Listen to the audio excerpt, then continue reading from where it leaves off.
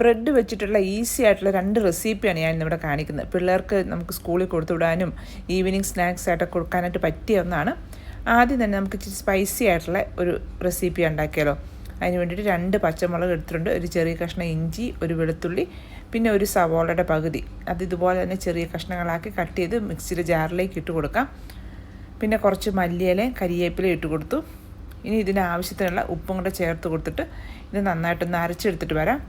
പിന്നെ മുളകൊക്കെ ചേർക്കുമ്പോൾ നിങ്ങളുടെ എരിവിൻ്റെ അനുസരിച്ചാണ് കേട്ടോ ചേർക്കേണ്ടത്. ഞാൻ അധികം എരിവില്ലാത്ത മുളകാണ് ഇവിടെ എടുത്തിരിക്കുന്നത്. പിന്നെ വെള്ളമൊന്നും ചേർക്കേണ്ട, ആ സവോളയൊക്കെ ഉള്ളതുകൊണ്ട് അത് അരഞ്ഞു കിട്ടും. ഇവിടെ നന്നായിട്ട് അരച്ചെടുത്ത് വന്നിട്ടുണ്ട്.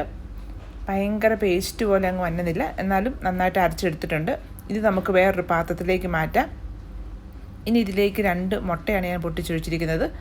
ഇത് നിങ്ങൾ എടുക്കുന്ന ബ്രെഡിൻ്റെ അളവനുസരിച്ച് കുറയ്ക്കുകയൊക്കെ ചെയ്യാവുന്നതാണ്. ഞാൻ ഒരു 6 പീസ് ബ്രെഡിനാണ് ഇതിങ്ങനെ എടുത്തിരിക്കുന്നത്. പിന്നെ അതിലേക്ക് ഈ മിക്സിയുടെ ജാറ് കഴുകിയിട്ട് 1/2 കപ്പ് പാലും കൂടെ ചേർത്ത് കൊടുത്തു.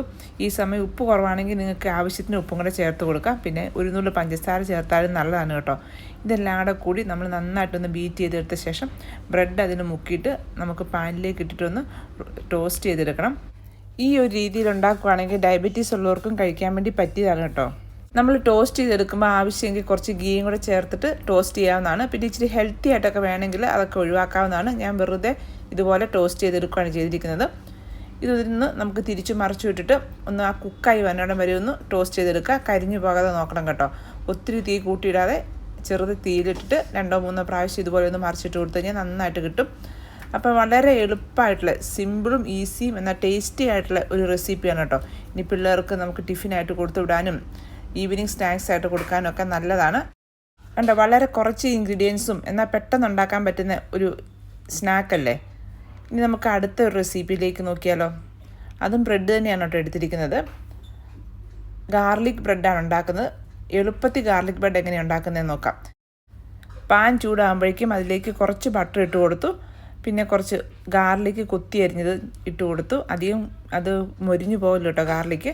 പിന്നെ ഒറിഗാനോയുടെ കുറച്ച് പൗഡറും കൂടി ഇട്ട് കൊടുത്ത് ചില്ലി ഫ്ലേക്സ് കൂടെ ചേർത്ത് കൊടുത്തിട്ട് ഇതൊന്ന് ചെറുതായിട്ടൊന്ന് വഴറ്റിയെടുക്കുക. ഒത്തിരി അങ്ങോട്ട് മൊരിഞ്ഞു പോകാതിരിക്കാൻ നോക്കണം.